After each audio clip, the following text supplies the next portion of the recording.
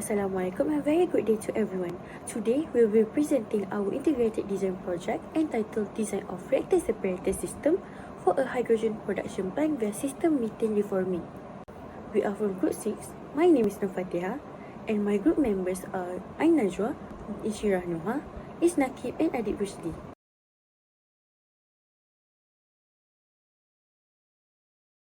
Hi, I'm Inshira and I'm going to talk about the summary of the project.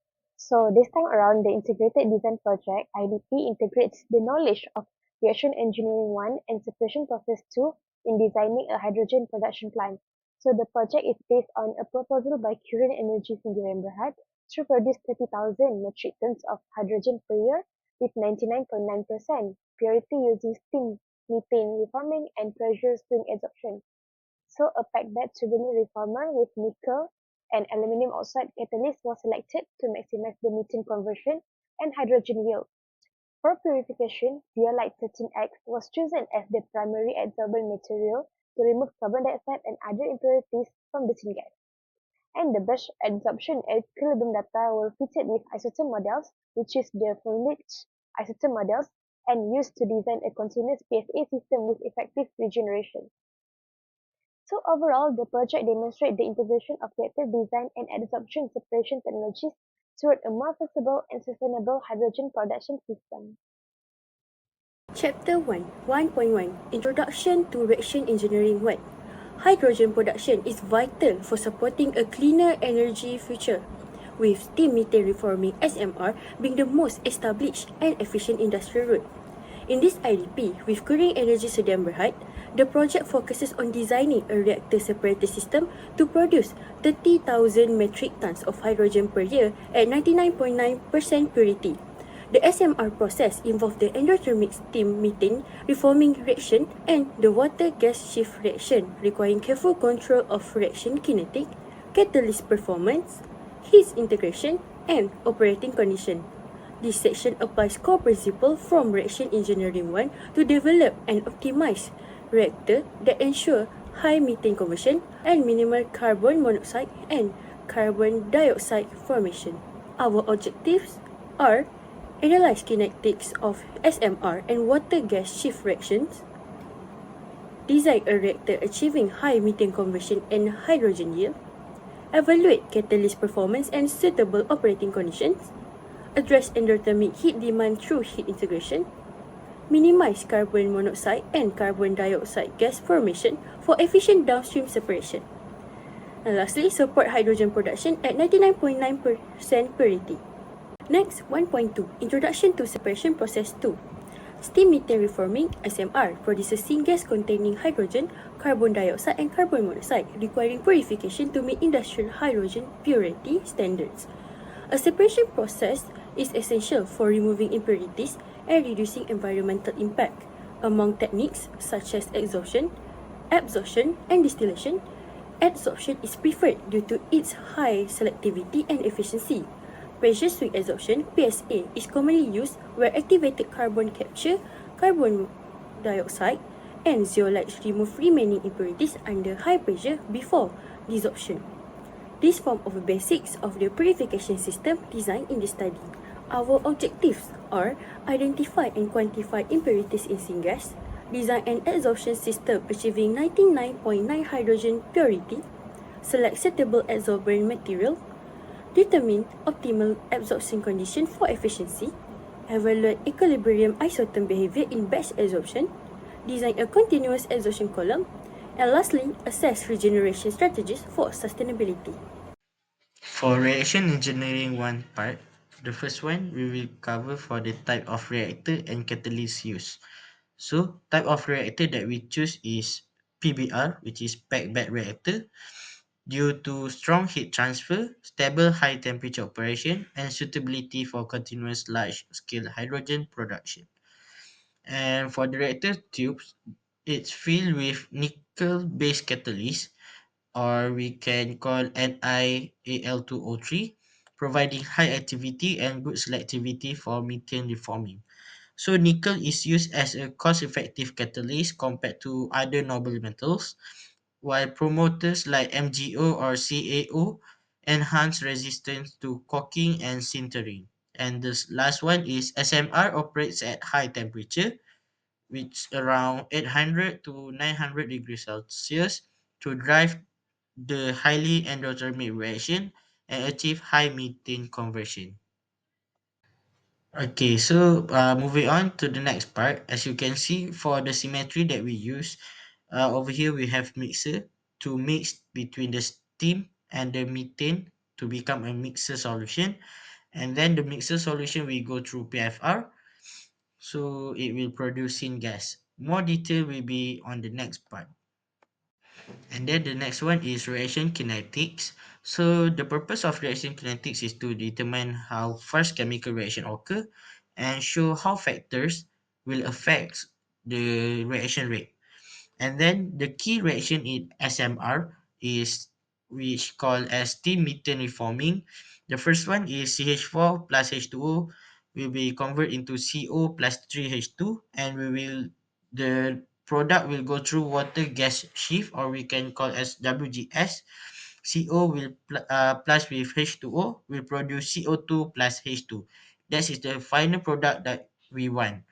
And the rate expression, as you can see, we have rate for methane and also rate for CO2.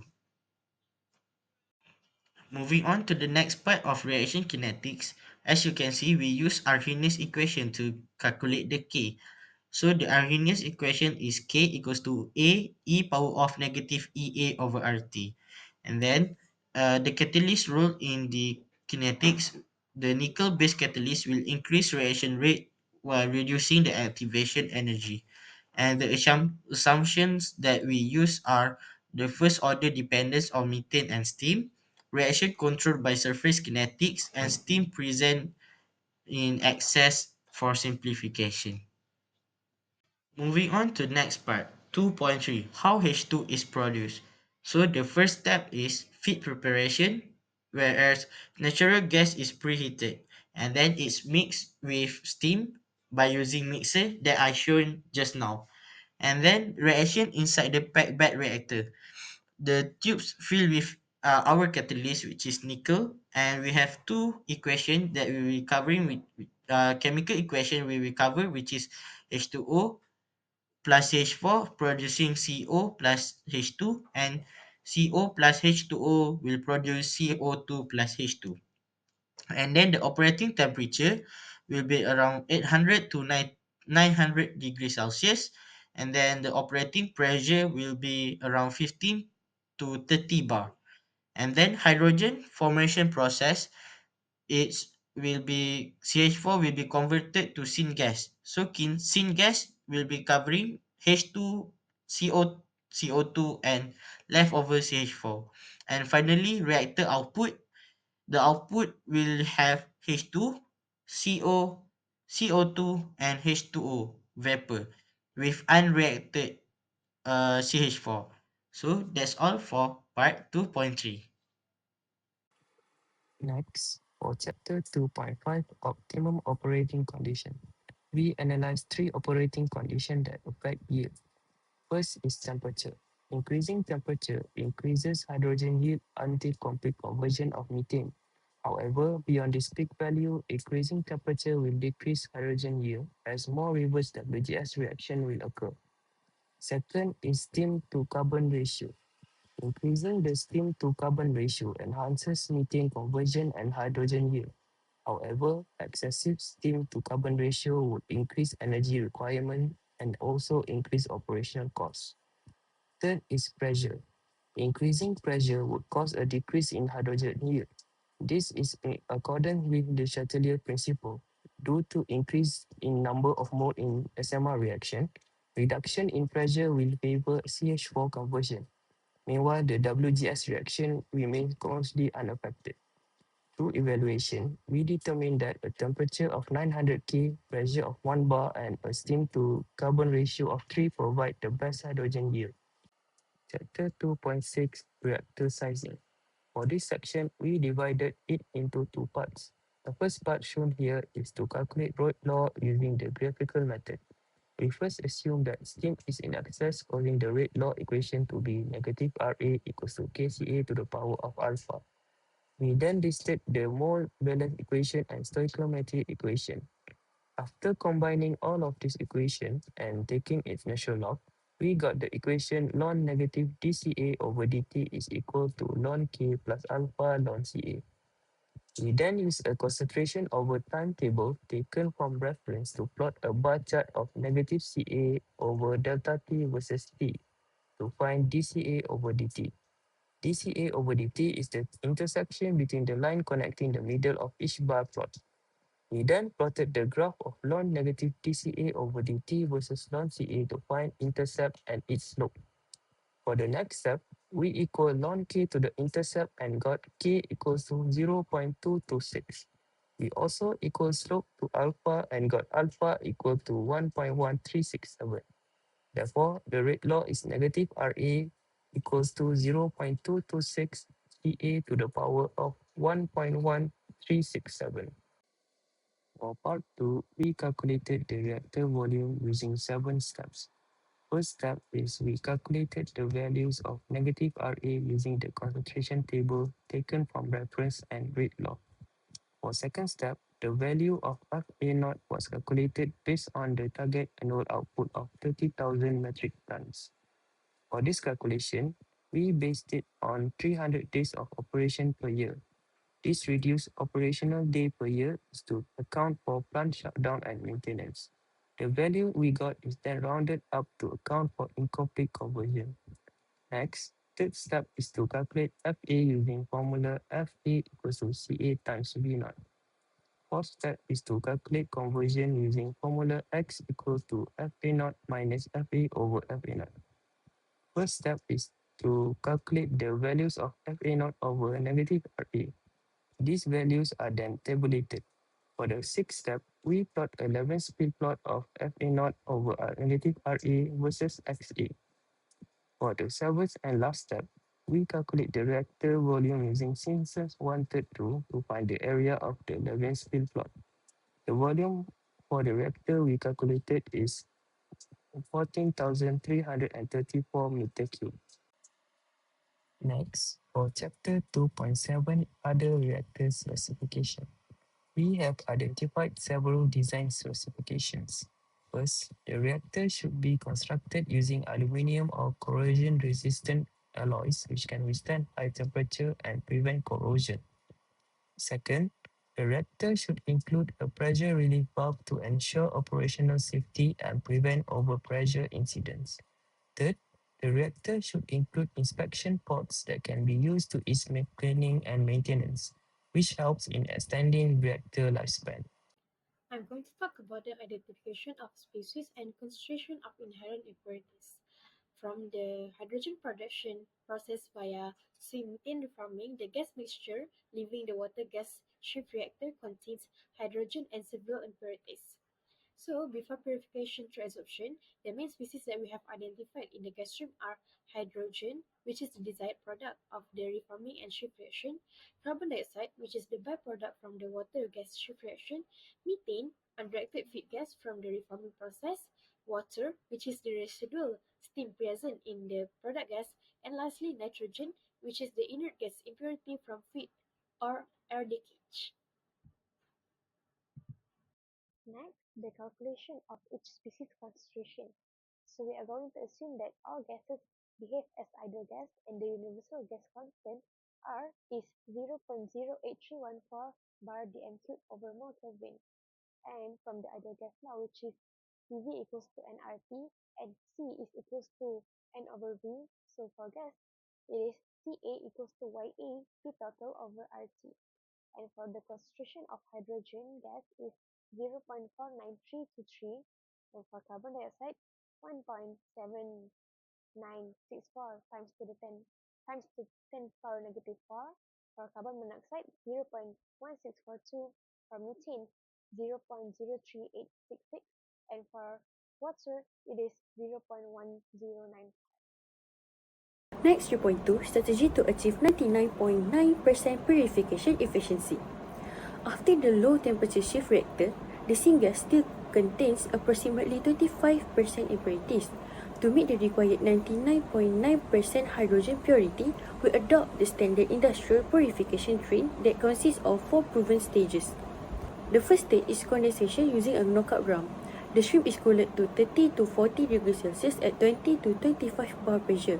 This removes bulk water more than 99% because hydrogen's boiling point is negative 252.8 degrees Celsius, so there is zero hydrogen loss, and the downstream zeolites are protected from hydrolysis. The second stage is multi-layer fixed bed adsorption. It operates at 25 to 40 degrees Celsius and 20 to 25 bar. Layer 1 use activated alumina plus activated carbon to remove remaining water and bulk CO2. Layer 2 use zeolite to capture CO, CH4, residual CO2 and N2. This is a proven pre-treatment before PSA and extended the PSA zeolite life to 8 to 10 years. The third and the most important stage is pressure swing adsorption PSA. Adsorption pressure is 20 to 30 bar, nominal 25 bar. Regeneration pressure is 1 to 2 bar. Temperature is 35 degrees Celsius isothermal in an 8 to 12 polybed system. Purge uses 12 to 60% of product H2 flowing countercurrent. This is the industry standard used in more than 90% of global hydrogen plants. It recovers 85 to 92% hydrogen and removes CO2, CH4, CO and N2 to less than 10 ppm each. The fourth stage is the final polishing filter with 0.01 micrometer particulate filter that removes absorbent dust and aerosol and guarantee ultra high purity specification. Next, on the right side, we did the material balance with the flow rate of 192.9 meter cube per hour. We calculate the impurities to remove in 1 hour for CO2, CO, CH4 and H2O. Next, using the QA value, we require the total absorbent mass of 5,720.24 kg.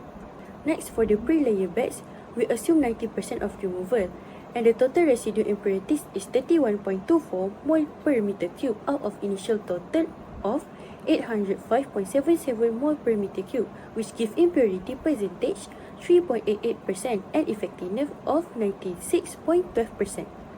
However, this 3.88% only represents the performance up to the pre-layer batch. In real large-scale plants, the downstream 8 to 12 bed polybed PSA remove the remaining impurities to below 10 ppm total. So, the final hydrogen purity easily exceeds 99.9% and often reach 99.99% or higher. Therefore, with our complete 4-stage purification train, we are fully confident of achieving and exceeding the required 99.9% hydrogen purity for our 30,000 metric ton per year plant. Hello, my name is Ain, and I will continue with the berry selection and absorption process conditions. So, in our project, absorbent selection plays an important role to ensure 99.9% of hydrogen purity is achieved. So, we choose zeolite as our absorbent due to its excellent selectivity, high absorption capacity, and robust thermal stability. Natural zeolites are also exist in abundance in nature, therefore it is low in cost. Zeolite is also highly stable at operating pressure of 5 to 30 bar and also can withstand temperature up to 700 degrees Celsius. So, under this condition, impurities and residual moisture are strongly absorbed onto the solid surface, while hydrogen is only being weakly absorbed, passing through the bed and emerge as the purified product. Zeolite can also be regenerated efficiently by depressuring or also mild heating, making it suitable for continuous cycling operation. For the absorption process condition, we adapt the pressure swing adsorption that selectively absorbs impurities such as CO2, CO and also CH4 and allows for high purity of hydrogen to be recovered from the syngas produced from the reactor. Also, we already set the feed pressure to be around 15 to 25 bar with temperature around 25 degrees Celsius. The absorption cycle time is also set between 60 to 120 seconds with the absorption step lasting roughly between 30 to 60 seconds to avoid impurity breakthrough and also maintain target purity. Now, I'm going to talk about the equilibrium system of pressure adsorption. So, in hydrogen purification, adsorption system is important to evaluate adsorbent performance and predicting how impurities will interact with the adsorbent surface. So, since SMR product shows that carbon dioxide, carbon monoxide, methane, and a trace of N2 is present, so a suitable acetone model is required to describe the impurities adsorbed of the selected adsorbent, which is zeolite 13X. So zeolite, which is also known for its heterogeneous surface structure and strong affinity towards polar molecules such as carbon dioxide, making the Freundlich acetone is highly suitable for modeling its adsorption behavior. Unlike laminar, which assume a uniform surface with identical adsorption energy and monolayer formation, Freundlich model allows multi-layer adsorption and varying adsorption energies across different active sites. So these characteristics align well with zeolite, which exhibits the surface heterogeneity due to the microporous crystalline structure. And although carbon dioxide is not the highest concentration species in the syngas stream, it was selected as the adsorbic gas for equilibrium system because it has the strongest adsorption affinity to xylate 13X due to its high quadruple moment and polarity. So other species such as carbon monoxide, nitrogen, and also methane exhibit significantly weaker adsorption, thus will be negligible impact on isotherm-based system design. From these two graphs, we can conclude that the Freundlich acetone is a more suitable equilibrium acetone for our brush adsorption due to its having a higher value of R squared compared to the Langmuir acetone, which have a bit lower value of R squared.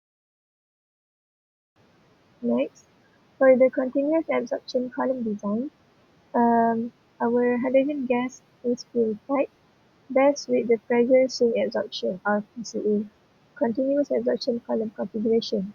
It is well established in the industry for delivering high product purities and also offering good recovery range from 80% until 90%. So it makes it ideal to remove our impurities such as CO2, CO, CH4, and also H2O gas from our hydrogen-rich syngas. This system is arranged in a multi-bed setup with around 4 to 6 tight columns operating. This setup ensures continuous delivery of purified H2 to the downstream process. Molecular C3A or activated alumina can be used in the column to remove moisture and also protect the downstream absorbent. Next, a zeolite bag can be used to capture CO2 and also CO gas. Lastly, activated carbon also can be added optionally to the system for hydrocarbons, CH4, and also nitrogen removal. Next, we can determine the ideal dimension for our equations by using the bed aspect ratio. According to a study, the MTZ for our equation is equal to 0.2 meters, while the bed aspect ratio is equal to 1.75. So we can calculate the bed diameter by dividing the MTZ value with the bed aspect ratio. So we divide 0.2 meter with 1.75 and we will get the bed diameter which is 0.11 meter. Next, 3.6 regeneration. The selected method is pressure swing adsorption PSA. PSA is the industry standard for hydrogen purification and is used in more than 90% global plants. It enables continuous operation, give high recovery of 85 to 92%, achieve greater than 99.9% hydrogen purity, and has the lowest energy consumption because there is no heating or cooling required. The operating parameters are exactly as shown on the slide. Adsorption pressure is 20 to 30 bar with a nominal value of 25 bar. This provides strong impurity absorption with reasonable compressor power. Regeneration pressure is 1 to 2 bar with the nominal value of 1.4 bar. This achieves greater than 99% CO2 and CH4 desorption, while hydrogen loss remain below 15%. Next temperature is kept constant at 20 to 40 degrees Celsius with the feed cool to 35 degrees Celsius. This isothermal operation extends the zeolite life to 8 to 10 years. Purged gas is 12 to 16% of the product hydrogen flowing counter current, so no external utilities are required. Depressurization rate is 0.5 to 1 bar per second, while this prevents bad fluidization. We also use 2 to 3 pressure equalization step. This recovery 18 to 25% hydrogen and give a total recovery of 85 to 92%. Lastly, the total cycle per bag is 4 to 6 minutes. This ensures a continuous plant operation. So to conclude our project, the production of hydrogen gas with high purity can be achievable through integration of both reaction engineering and also separation process part. So from the reaction engineering perspective, the design of the packed bed steam methane reformer with methane-based catalyst is used for the large scale of hydrogen generation. And from our analysis, we also know that high temperature, moderate pressure, and also 3 to 1 steam to carbon ratio is crucial to maximize the methane conversion and also high hydrogen yield. And by using the kinetic data and also level spirit plot, we can calculate our reactor size, which is 14,354 meter cube reactor volume, to make sure that the targeted annual output of 30,000 metric tons of hydrogen is achievable. From the separation process perspective, we know that the purification of hydrogen to 99% of purity can be achievable through a multi-phase absorption system. Also, by identifying the inherent impurities such as CO2, CO, CH4, and also N2, it can guide us to choose the best suitable adsorbent. Zeolite is selected as our adsorbent due to its high selectivity and also absorption capacity. And also by the integration of condensation, fixed bed absorption, and also pressure swing absorption regeneration, it can provide us with a robust purification strategy. Also, regeneration methods such as purging and also depressurization ensure a sustainable and also continuous operation in our system. Overall, the project highlights the critical link and relationship between the reaction engineering and also separation process. The reactor system ensures an efficient hydrogen generation, meanwhile the absorption-based separation process guarantees a high purity percentage of the hydrogen gas produced. And together, these designs meets the technical requirements set by the clean energy standard height. That's all from me. Thank you.